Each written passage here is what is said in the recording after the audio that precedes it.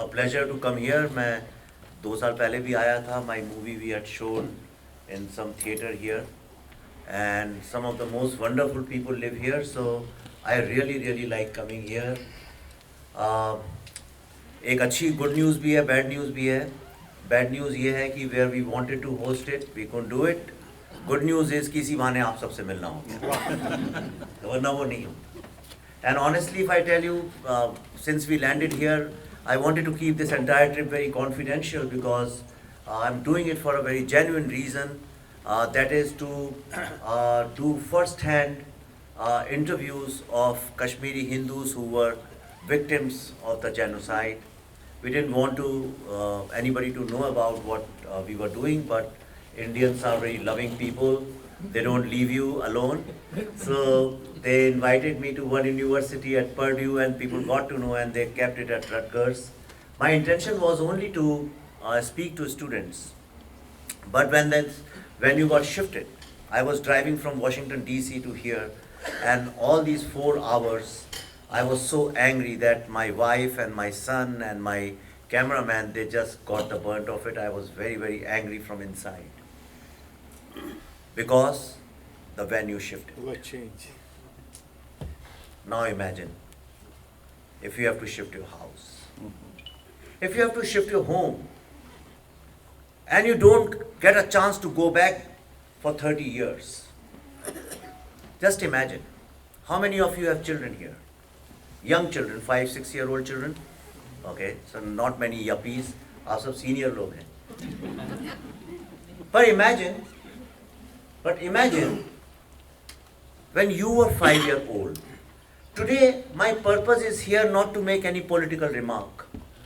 I don't speak for Hindu community. I don't speak against any other community. I only speak, if you see all my speeches, I speak only about the greatness of Hindu civilization. I speak about the greatness of India and the greatness of Indian people who have struggled and sacrificed so much. And despite that, despite being coming from middle class, think about your mothers, how much sacrifice your parents have made to ensure that today you are here.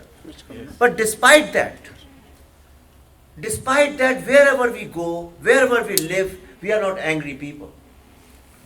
Everywhere I go, the white people, the black people, the Chinese people, the Japanese, everybody says that the Indian people are so great that they can be trusted. And trust is the biggest value human beings can have. The biggest problem in America today is that there is trust deficit. Nobody trusts anybody. Despite so much of diversity, everybody living from all over the world, but people don't trust anybody. But that also makes me wonder that in our niceness, in our gentleness, by all the middle class values which we have learned, never hurt anybody, forgive people, be compassionate, which our mothers have taught us, have we somewhere, our blood has become so cold that what is happening to our neighbor, to our own brother, we have become so indifferent, forget about anybody else, I am angry with myself. That despite being so socio-politically aware, despite being so educated, despite traveling everywhere, despite knowing that genocide happened in Kashmir, I didn't know the intensity of that genocide. I didn't know the gravity of that genocide. And since we are traveling, I am changing as a person every day, and that's what I want to share with you. Imagine when you were 5 years old, and you are playing outside cricket or gulli danda or whatever game you are playing with some friends. Your father comes and says, come on, let me drop you to your grandmother's house because there is some tension in the neighborhood. You sit on his Bajaj scooter. I'm sure many people have driven Bajaj scooter in India. क्या आप सब ने Bajaj scooter जानते हैं? Vespa? देखिए. तो आपके पिताजी, if your father takes you on that Bajaj scooter, drops you at your grandmother's house, and he says, I'm coming back in half an hour to pick you up, and then you never see your parents again. Not just that you don't see your parents again, you never get to know what happened to you. You don't get to know what happened to them, is not because people don't know what happened to them, because what happened to them can't be told to a child who's 5 years old. Then you become 10 years old. And you still don't know what happened to your parents because everybody thinks that you're not old enough to know what happened to your parents.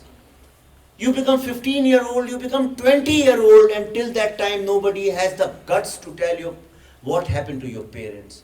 How can you tell this boy that his father was shot in front of his mother? His mother was then pulled by few terrorists, taken in a remote place, gang raped, and then to send the message to the world, the real asset, the physical asset of a mother, her breasts were cut when she was alive. And then, if anybody has been to Kashmir ever, have you seen those chinar trees? Movies में तो देखे होंगे, हैदर जैसी movies में आपने. इतने बड़े होते हैं that 50 लोग, 20-25 लोग खड़े हो तो पकड़ नहीं सकते. To cut them, they are electric saw machines. So you can imagine the size and you are alive after your breasts are cut, then you are cut into pieces on that machine. How do you tell a son that the Bajaj scooter on which your father dropped you? This is what happened to him. We just few days ago, we met this young boy and interviewed him. When he entered the door, we reached 5-10 minutes early, his wife was there. When we reached there, the way he entered, I have never seen anybody with so much of life, so much of joy, so much of happiness. He entered with so much of energy and he hugged Pallavi, hugged me, as if we know each other for generations. This is the first time I was meeting him. And then he started, when we sat down and he started talking to us. He's been married for almost 15-20 years.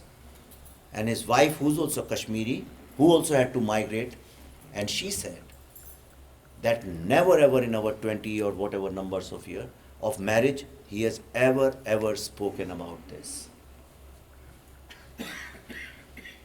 We have been listening to these stories. We have been listening to stories of the woman whose father was cut into 50 pieces, put into a sack, and body was thrown in front of the hospital. It's unimaginable. I'm just telling you every day we cry. When they talk, they start crying, we start crying. Because tragedy, yes, it happened, all of us know about it. You know what is more tragic than that? I think the biggest tragedy and the biggest crime we as a community have committed is that for 30 years these people never spoke to anybody. They just kept it in their heart. Not that somebody doesn't want to talk, because nobody was asking them what happened to them. Every single person I have met, every single Kashmiri Hindu I have met, had only one thing to say, that I have never spoken about this before this date. And that's the reason we are going wherever there is a victim's family. Wherever. It's very easy.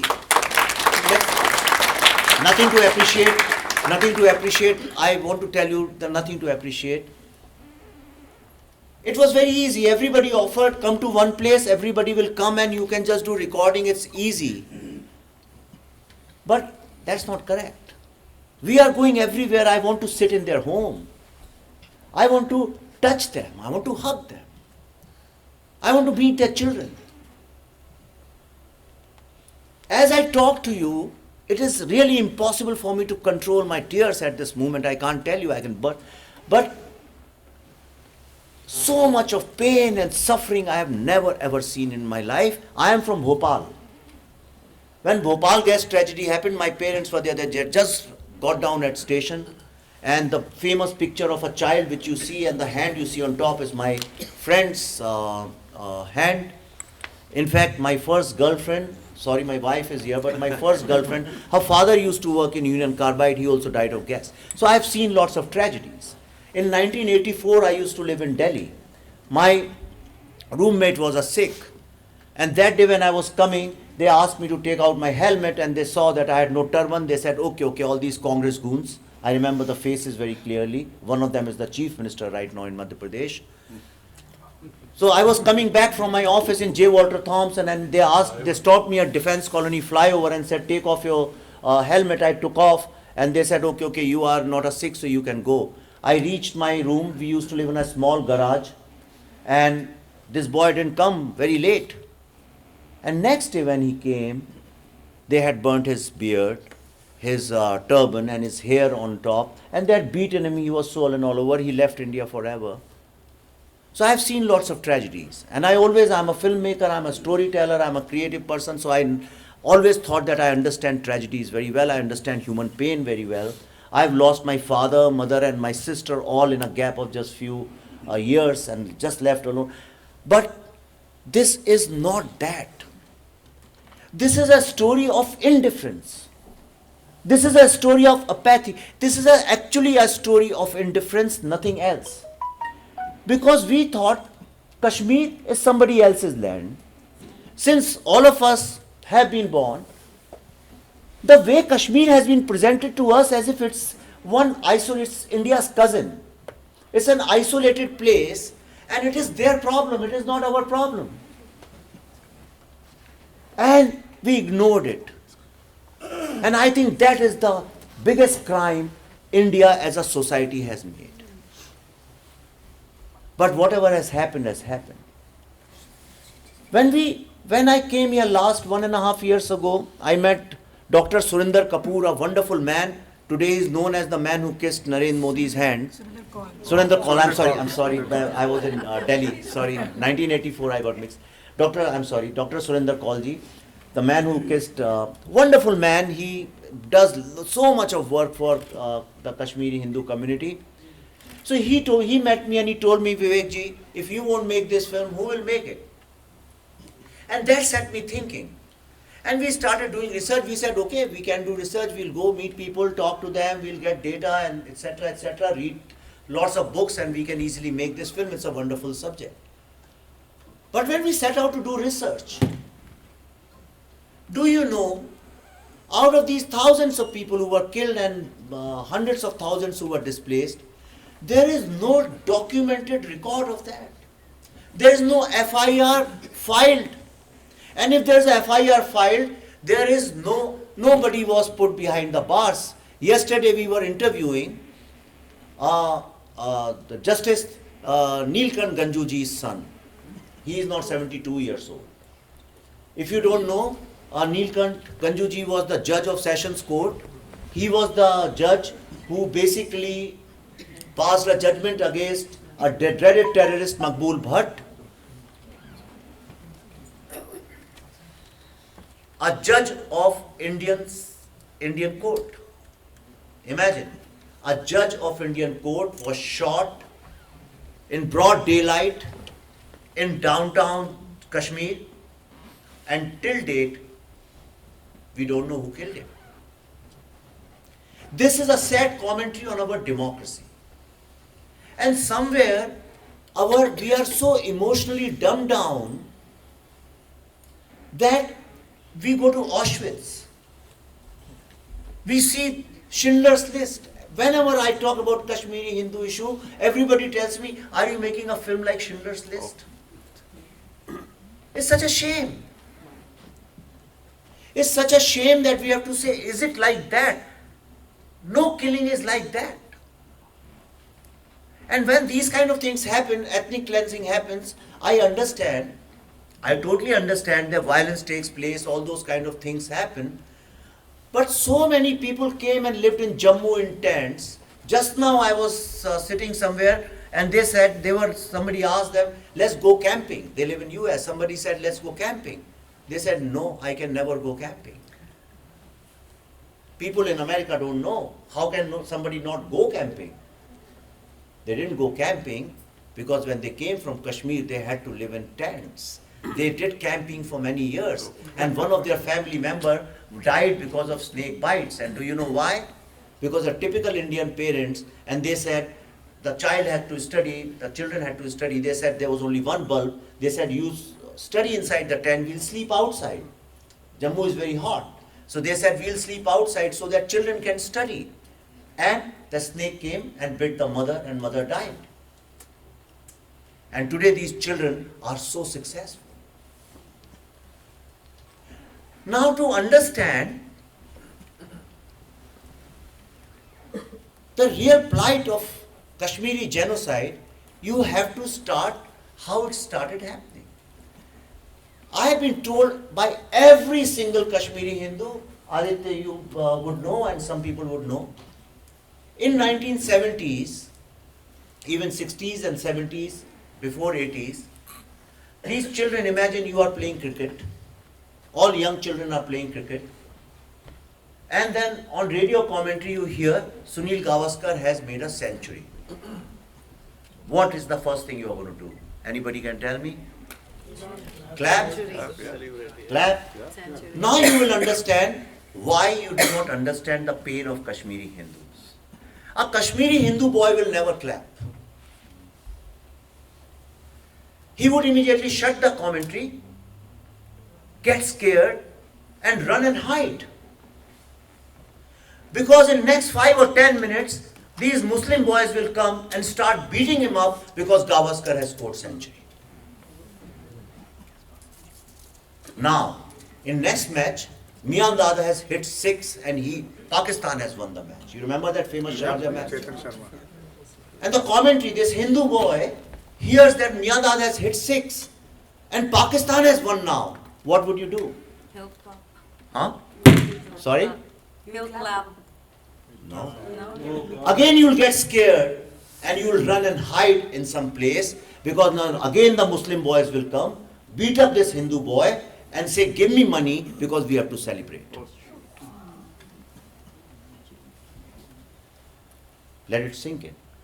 I think that is the sad part of the parents. They should have initiated. That is the sad part of the parents. That they allow to beat the kids. It wasn't just one child. This wasn't just one child. There were every single child. That is society. Ask any Kashmiri Hindu, brother and sister, never, all of you have siblings, you must have played with your sister and with your brother. Your brother must have dropped you somewhere, you must have gone with your sister to watch a movie. I'm sure everybody has done that. In Kashmir, brothers and sisters never did that. Because if the sister walked with the brother, then all these Muslim boys will start taunting her, will start eve teasing her, and they'll humiliate her to such an extent that they have to go back home. This is what was happening in 70s and 80s of Kashmir. Imagine today, from everywhere you start, loudspeakers start saying that either you convert, leave or die. And if you decide to leave your wives behind. It's very easy to visualize like a feature film, something like that must have happened. And you have just few hours. Do you know, we talk about Jew genocide, where they used to make that Star of David outside whoever they wanted to, and they used to wear black so that they can be identified. There came a time when all the Hindus were asked to put tilaks, man or woman both, so that they can be identified that they were Hindus, so that they can be persecuted. And not only that, outside their homes, they came and they stuck this poster that now it's your turn, so we give you 48 hours. And these were signed by the commander of JKLF and most often by Yasin Malik. Doesn't your blood boil when you see Yasin Malik's pictures with India's Prime Minister Manmohan Singh and Sonia Gandhi? My blood boils. I do not understand what kind of society are we living in. I talk about the greatness of India, I talk about the greatness of our civilization, but I think that greatness stopped in 1947. I haven't seen the greatness after that. Is it because all of us got involved with our lives and we never ever, and we, yes, no, he's with me. He is, but he's, people are just concerned, that's all. Okay, so just shoot me, nobody else. So have we become such an indifferent society that the world doesn't know about it?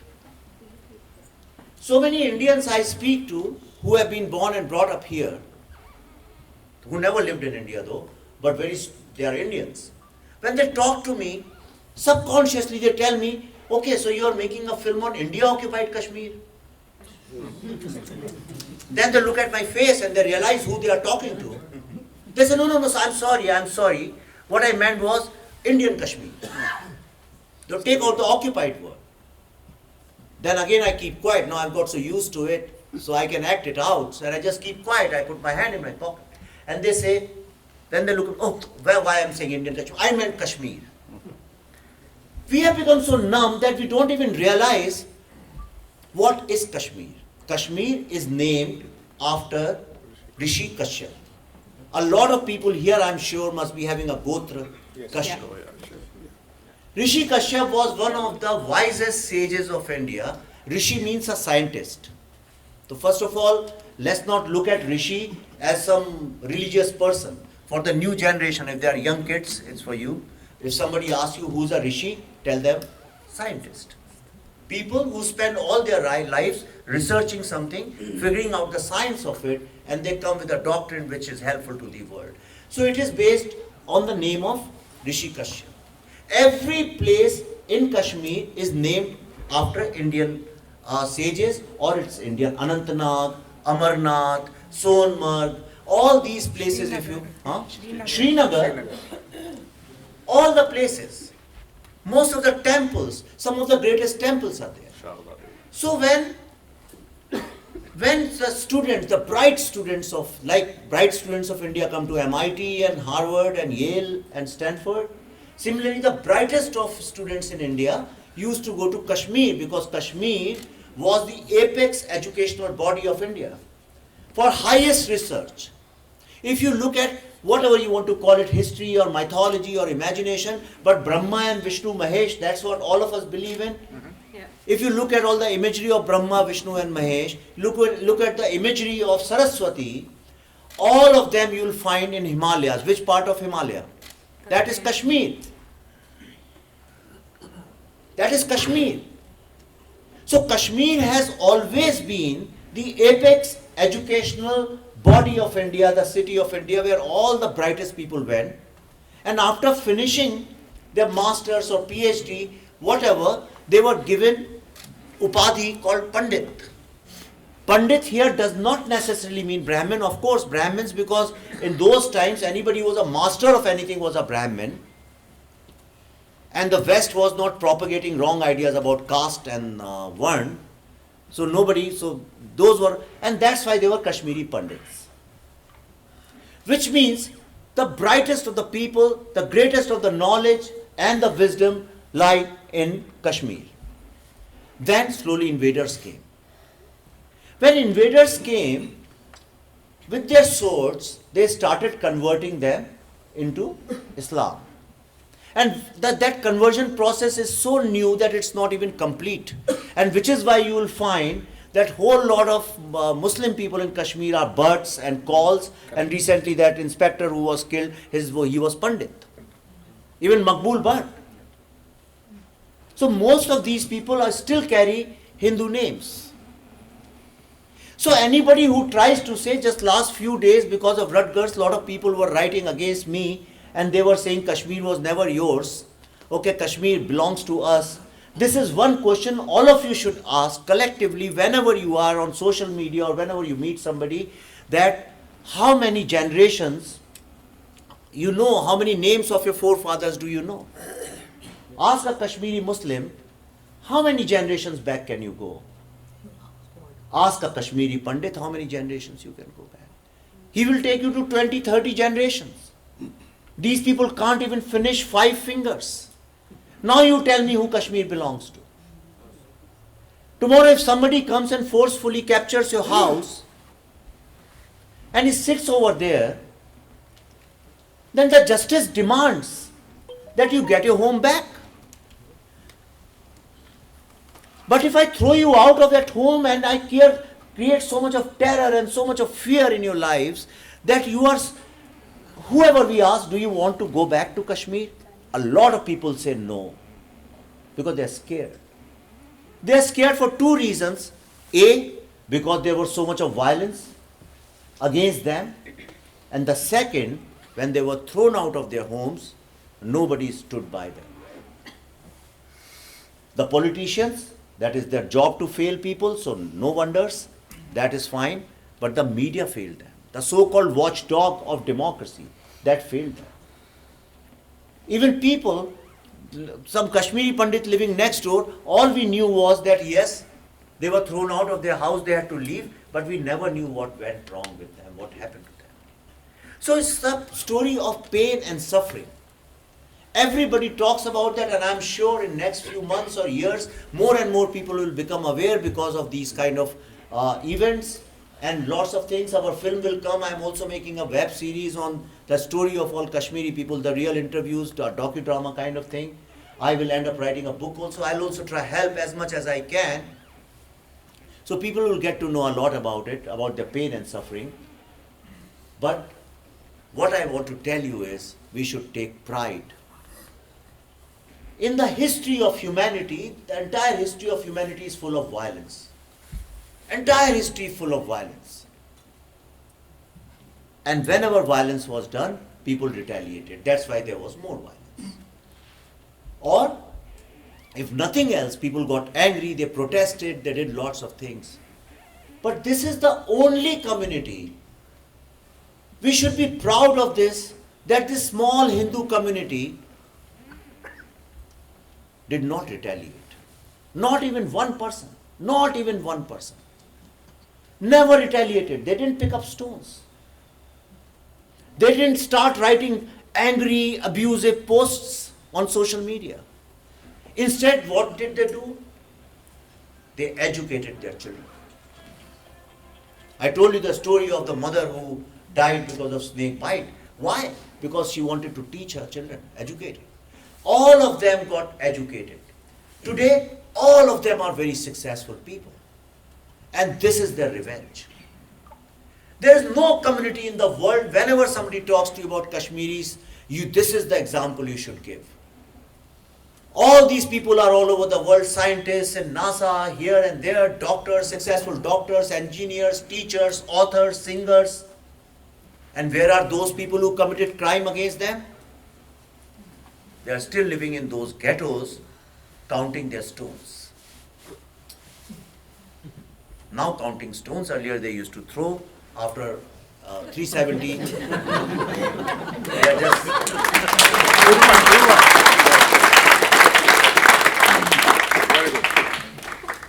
So anybody who questions 370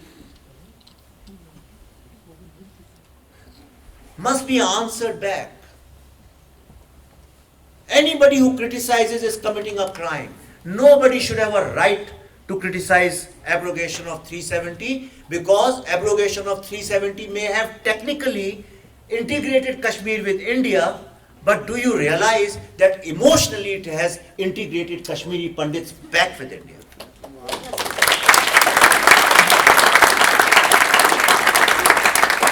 This is such a major step in healing process. I am not asking anybody to get angry. I am not saying go and take revenge. I am not saying start abusing Muslims or Islamic fundamentalists. That's fine. There are millions of people to do that. And the whole world is doing that. That is not our job. Let them do that. But I appeal to all of you. It's not your moral duty. It is your spiritual duty to contribute in the healing process of our brothers and sisters. Absolutely.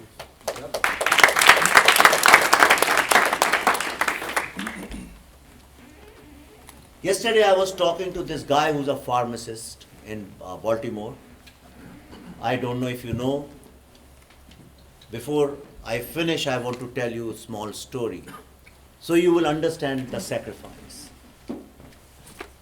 They were obviously in ethnic cleansing and genocide, they were thrown out. And his family members were killed. A lot of tragedy happened. But when they came to Jammu, his father had to go through a cataract operation. In those times, it wasn't such a modern laser technology. It used to take, it was a long process. If you must have remember, people used to wear dark glasses and for a long time. Aap janti hain. See, I understood, you would understand that. So thank you. So his father had to go through a cataract surgery. So doctor said, like when you have a tooth implant, they say you want the expensive one or the diamond one or the gold one or the silver one. So he was asked, his father was asked, and he lost his job. They had no job because they were thrown out. So they had no savings and no earnings. So he said, which lens should I put? Expensive one or the cheaper one? And father said, I have to educate my 2 children. So please put the cheaper one. And he went blind. One of his son runs a pharmacy, very successful pharmacy here. But despite that, the second son joined Indian Army. And he was martyred. And he was martyred few years later in Kargil war. His name is Amit Kaur. But when I met Sachin yesterday, he was so wonderful, so full of life, so full of hope. And after meeting this community, I have realized, and I always tell them to say it in Kashmiri for me, we say few things are impossible. And this is what I am telling you, my learning after meeting these people, that impossible takes time, really takes time. But keep hope. When you keep hope, and all their children, most of their children are artists. This is something unique, even they didn't know. I look from director's eyes, storyteller's eyes, and I'm seeing most of their children either play flutes, or they play piano, or they dance, or they write. Which other community, you name it, go and research, go Google, do whatever you want. Which other community you will find which has really come out of suffering and so much of pain and killings. I don't want to get into the stories of rapes and murders because they are all over and they are very, very sad. Only one story I want to tell you so you will understand that how societies collectively react. I have told you about the Hindu society collectively, how they reacted. Not even one person retaliated. Now you also have to understand how barbaric a certain community can be under the influence of radical people. The most compassionate story I tell everybody out of thousands which I have read and really researched and studied, some terrorists get hurt and they need blood. 1990 I'm talking about. There was curfew everywhere. So they need blood. Where will they go for blood? Because it's a rare blood group. Everything is closed. There is curfew. Most of the doctors are not coming. So somebody informs them that there is a certain Hindu family and they have their children, their sons have this rare blood group. So they go knock on the door, and when the family opens the door, they say, we want your children to give us blood, otherwise we'll shoot all of you. So 2 sons, they say, okay, we'll come and give the blood to save their family. Now they take the sons, but behind them they shoot the families anyway. Now these 2 sons are put on stretchers, and how much blood you need? 1 bottle, 2 bottles maximum. So they take out as much blood is required for the terrorists, whatever was required, but they don't stop there. They keep sucking out the blood till the time they very, very painfully die on stretchers. This is perhaps the most human killing. Human killing. Because I am comparing it with the rest of the killings. So if on a scale of barbarian killings, this is at 0. Everything else is 1, 2, 3, 4, 5, 6, 7, 8, 9, 10. So you have to understand who are we fighting today. We are fighting moneyed people. Lot of people talk about, oh, Hindus are in majority in India. Lot of liberals, I'm sorry, I'm also a liberal, but I'm not a political liberal. I don't understand how somebody call himself liberal, but these people say, if they meet me here in US, they say, hey, I'm liberal. Everybody is liberal. So you have to understand who are you fighting. If they say Hindus are in majority in India, but Hindus were never in majority in Kashmir. A land which was 100% owned by Hindus, which was a 100% Hindu population, how come in 1947 it came down to 5%? Which means somebody has been systematically reducing them, killing them, they are changing their demography. You come, you get guns and swords, you kill people, 7 times you throw them out of their homes. There was a time when only 11 families were left, but then they rebuilt themselves again and they came to a population of 4.5, 5 lakhs.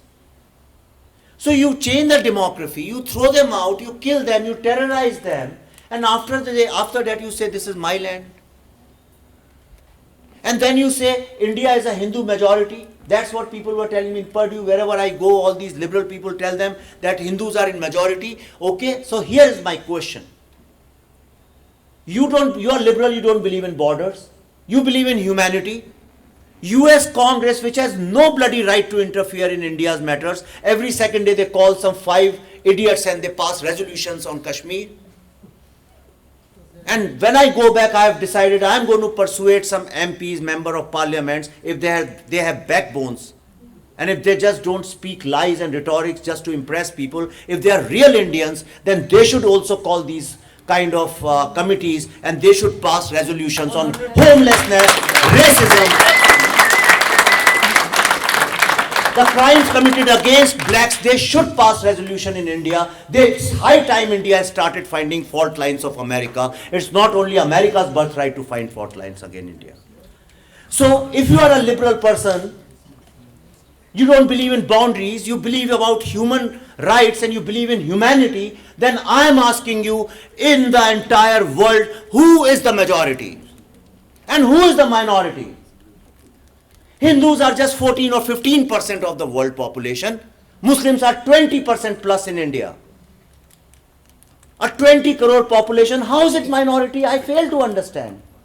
If that is minority, then Hindus are minority of the world. They should be looked after. They should be looked with compassion.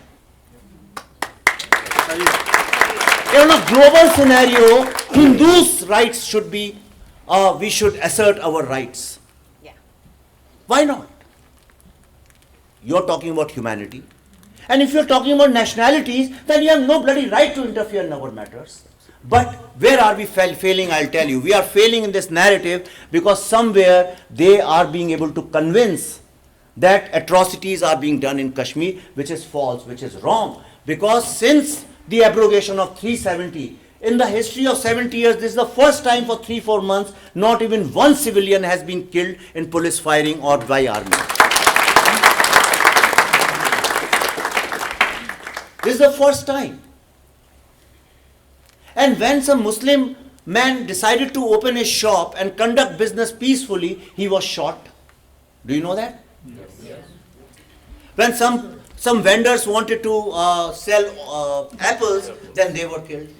Recently, 11. In Purdue the other day I said 10 labor, they were killed. Then one Kashmiri Muslim boy said, no, you are wrong, only 5 were killed. Normally people get into these debates. That's how they pin you down by getting. And later on, suddenly these students started Googling and they realized, I said 10 were killed, he said 5 were killed, but actually 11 were killed. That's what they do. They always, Indians, Hindus, these professors, I don't want to name it, it's beyond my dignity, but you know all the names, they teach here. And they are writing. Yesterday, they didn't want me to go, so they were writing that this man is going to speak when only very few Kashmiri Pandits were killed, and he will go and talk as if lots were killed. Is it about few and lots? Is that what are we going to count dead bodies? And then decide whether it was a genocide or not? One black person was killed in Baltimore, and I remember for weeks and weeks there was so hangama all over the world. One human life. Today the modern world goes out of their way to save one cat on a parapet somewhere. All the TV in America keeps showing how a dog is stuck somewhere or a cat is stuck. Millions and millions of dollars. I see all these clergymen and these fathers and the past, all these priests, they go on and they say, please give money because so and so animal is getting extinct. And we give money for that. Everybody, little children, they are taught that tigers are getting extinct, and I see how children get emotional, start crying, Mama, tigers are getting extinct, let's do something about it. Now the time is to tell your children that Kashmiri Hindus are becoming extinct. Do you realize that? And when Kashmiri Hindus become extinct, it's your number next. Because just few hundreds years ago, look at the map of Hindu civilization. It spread from Indonesia to all the way to Iran. And today, 3/4 of Kashmir is not with us. A lot of Bengal is today burning in the same struggle. In Kerala, what is happening, all of you know. I travel, so I know what's happening in Bengal. And if we immediately do not make this a burning topic, make it the narrative of the world, trust me, people will say, who can't take care of their own brothers, who cares about them? And that's exactly what is happening. So the reason I came here is just to tell you guys, it is our problem. It is not somebody else's problem. When you think about this, just don't think that there is some call or some pundit or somebody, he suffered, now they are successful. It's not like that. There are 50,000 plus Kashmiri Hindus today are living in such abject poverty in these camps in Jammu. My team is shooting, and most of them, you know what they are saying? What's the point talking about it? They're saying, what's the point talking about it? Nobody is going to do anything, then what's the point? So let us, this is our destiny. So when I was saying we are great people, the whole world trusts us, तो मैं हिंदी में बोलता हूँ कहीं ऐसा तो नहीं है, they use the word trust, but actually what they are trying to say is that you guys actually can't do anything. We can do something. This is a war of narratives. And I'll tell you what you can do. And for this you don't even have to spend $1. I know where the problem comes when somebody says give money or give time.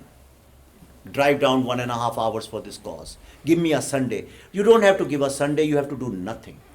All of you are in huge numbers here today.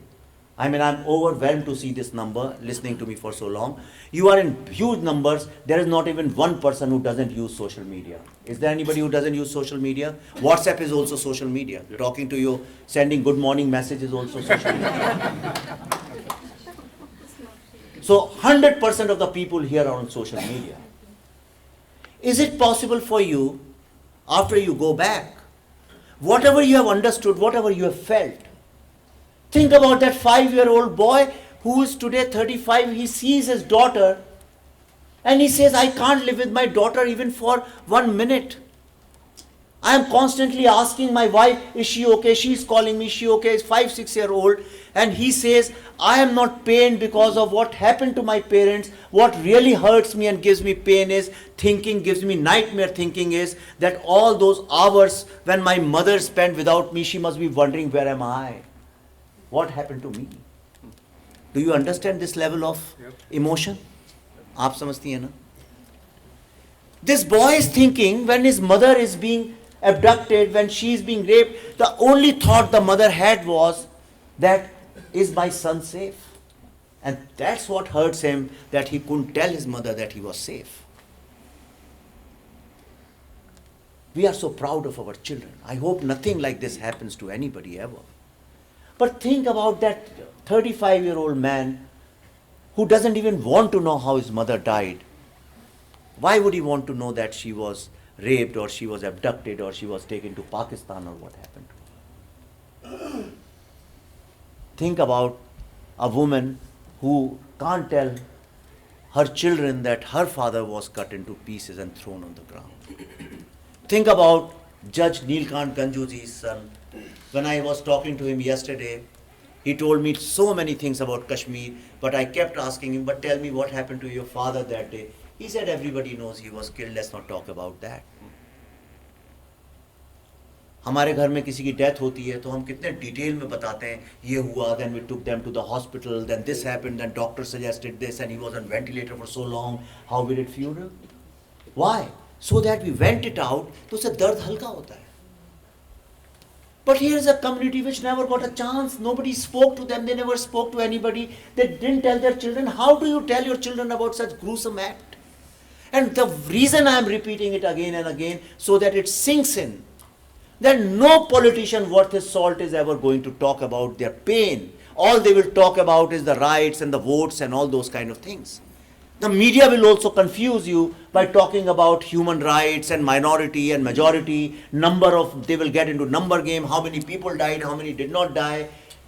Don't fall in that kind of narrative, it's a trap. Don't fall for that trap. Just feel how you would feel for your sister, for your mother, for your father. Think about your own home where you played. Think about that courtyard and suddenly you are kicked out of that home and you are not allowed to go back to that city where you have watched so many movies, played with your friends, and you never go back for 30 years. 30 years. Imagine you are stuck in US in this city and you're not allowed to go back to India. 1 second, 10 seconds spent. I won't speak for 10 seconds. Close your eyes and think that for next 30 years you are not allowed to go back to India. Do you feel something? Take it back with you. Tonight when you sleep, just think about what is the meaning of home. एक घर का क्या महत्व होता है, एक family का क्या महत्व होता है. And when you will understand that pain, just do one thing. Write about it on social media. Because yesterday when this Rutgers problem started, all these people came after me in thousands and hundreds, and there was nobody to defend me. I was fighting it alone, and I love fighting alone. It's not your job to fight, it's my job. I have chosen to fight. I'll fight for everybody. I'll do that. But nobody was there to support. And that's when I started thinking. I said, Modi ji always says, 125 crore log. I always think if 125 crore Indians start speaking the same voice, then you tell me which will be the greatest country in the world. India. Indian voice. Kashmiri Hindus are Indians. The biggest problem I think was Kashmiri Pandit logon ne kaha to kahin aur ke hain. I think that was the mistake politically which was made. But then when you are running from your home, you are not talking that something has happened to, media is writing about it. The media started writing Kashmiri Hindu, and there is a woke journalist, means a very enlightened, empowered journalist of India, lady journalist. She went there and she picks up her mic and she said they have been thrown out because they were landlords and they were exploiting poor Muslims. And the same lady, when Burhan Wani died, she tried to normalize it by saying a poor teacher's son has been killed by Indian army. That's when your blood should boil. We are good people, but we should not become so good that our blood should not boil for this. और मैं किसी journalist की side नहीं लेता हूं. Actually मैं सबसे ज्यादा तो अर्नब गोस्वामी को क्रिटिसाइज करता हूं every single time. I don't spare any media person because media is supposed to be the watchdog, but media also poisons us. So we have grown up, I have grown up with that narrative. I was in college. I said, yes, these Kashmiri Pandits definitely must be like that, but that is not true. If you are wise, if you are educated, you are bound to be successful. If all of them are doctors and engineers and teachers, you can't punish them for that. Educate your child. Don't educate him in learning the number of stones he collects. Teach him what this world is all about. Otherwise, you will just find these young 5-10-year-old boys and girls who are brainwashed to become suicide bombers. They go and blow them up. Imagine the destiny of a community where children are taught to blow themselves up. So we are different. We are peaceful people. We are good people. People trust us, but we should not become cold people. We are the only civilization which has survived. All civilizations have died. The mightiest of all, the Roman, the Aztec, the Greek, and you name it, all civilizations have died. Only one civilization has survived in this world, which is Hindu civilization. And when I say Hindu civilization, I do not mean Hindutva or Hinduism civilization. I mean the world's most inclusive civilization, world's most liberal civilization. Whoever came to our land, even if they killed us, we really accepted them. We are the only nation in the entire world which has given an exclusive language to the Muslims who invaded, looted, and raped our people. We gave Urdu. There is no other nation. Can America have a separate language for Muslims? No. We have. Every song of ours in Bollywood has a name of Khuda, Allah, Rabba, all of them. And we sing them. We sing them in Diwali party, we sing them in Holi party, we sing in our religious occasions, not even thinking about it. So stop that. Yes, Yeah. stop So- that. No, don't stop that. That's the beauty of our culture. We are the only nation, only society in the world which has given birth to 4 most peaceful religions. 4 most peaceful religions. Kashmiri culture is so beautiful, their language is so beautiful. It's, people talk about French, कोई कश्मीरी यहाँ हो बोलिए, इतनी प्यारी language है वो. I've heard their songs. मैं अभी गया था तो रिसर्च के लिए हमने कहा मुझे गाने सुनाओ तो I wanted some angry song, you know. I wanted a song which is like angry. I couldn't find one angry song in Kashmiri. Can you believe it? Actually, there is a superstar. You probably know this Santur. Yeah. Master. He was here visiting us, and he. Amjad Ali Khan. No. Oh, Pandit ji. हाँ. Superstar. Yeah, yeah. So he was visiting us, and he actually raised this example. He said, same song, if it is sung by a Kashmiri Hindu, it will be in such a what's called the mild and. या तो अगर आप वीर रस का गाना कश्मीरी में गाएं तो श्रृंगार रस बन जाएगा. That is the beauty of this thing. मैं उनको हमेशा बोलता हूँ, मैं हमेशा कश्मीरी लोगों से मिलता हूँ, मैं कहता हूँ भाई तुम लोग के साथ एक बहुत बड़ा प्रॉब्लम है कि तुम लोग इतने खूबसूरत दिखते हो कि कोई यकीन ही नहीं करता anything has happened to them. That's what was told to us. Yeah, but only thing, see what can I do? I'm not a rich producer, director of Bollywood who can do things at his whims and fancies. You must have realized that so much of opposition is there because people think that when I use the word Hindu, so maybe I'm a storyteller, so maybe ऐसा ना हो कि कहीं हिंदुओं की कहानी सामने आ जाए. But that is not my interest. My interest is not to show anybody down. All I keep telling people is that now we have to behave like big brother of the family. We should do good things. We should do correct things. Let everybody else follow us as an example. Let's not conflict with anybody. But we should say our story with lot of assertion, with fearlessness. Talk about the greatness of your own child. Forget about everybody else's child. What they do is their problem. Buddha was walking sometime and somebody spit on him and Buddha did not react. He kept walking. So they asked, why didn't you react? He said, he did what he had to do and I am doing what I had to do. I have to walk and move on. And that's exactly what we need to do. We need to move on with our creativity, with our constructiveness, with our power to communicate, our power to heal. And that can be done with problem बन गई है. we can do that with lot of messaging. नहीं sir ऐसा नहीं है वो problem. क्यों problem बन गई है? क्योंकि हम लोग आपस में बैठ के अपने echo chamber में गुस्सा होते हैं और कुछ करते नहीं हैं. How many times you have gone and done research and written about various problems of India? I am saying it, I am not preaching something which I don't practice. I am saying it because I realized it 10 years ago that the biggest problem was that in Bollywood nobody was telling untold stories. So I went into the den of Naxals and I made a film called Buddha in a Traffic Jam.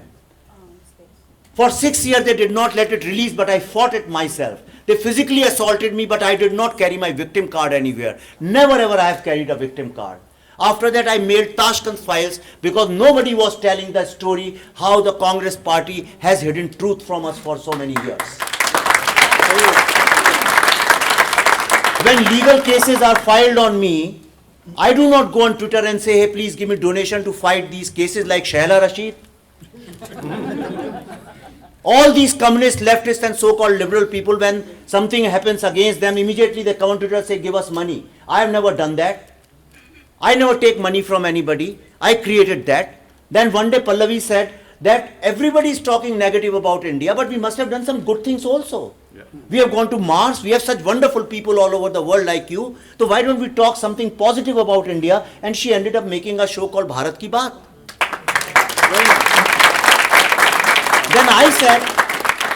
Then I said, who are these people who open for terrorists like Yaqub? They open Supreme Court 3 o'clock at night. It costs lakhs and lakhs of rupees to go to Supreme Court. Who is funding them? I did research for 10 years. I wrote a book called Urban Naxals, which was finally accepted by the Prime Minister of India and Home Minister of India. And today Urban Naxal term is a legitimate political jargon.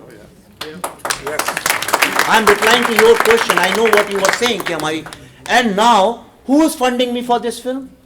Who is funding me? We are going all over the world, everywhere in the world, every single person. We say, don't come to us. मैं Chicago में था. Himanshu lives 3.5 hours ago. I drove there. I drove from Washington to here to talk to you. Now I'll drive 1.5 hours somewhere else, meet another Kashmiri person. Tomorrow again I'll drive elsewhere. I am doing all this. Why am I doing it? Because I realize it's high time. We are one of the greatest people, greatest civilization. You do not understand the strength of India. A society which is built on sacrifice of our mothers, which is built on the struggle of middle class, with such educated and bright and wise people, simple people, that society ought to be the great, but this greatness, the message of greatness has to reach all over the world. And I'm thankful to our Prime Minister, Mr. Narendra Modi. You can criticize any politics of his, but you can never question his integrity and his courage when he goes all over the world.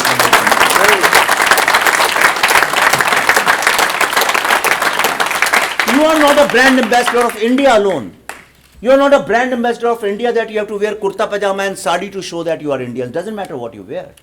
You are brand ambassadors of your own parents and your grandparents, who sacrificed everything to see India a free country without any violence.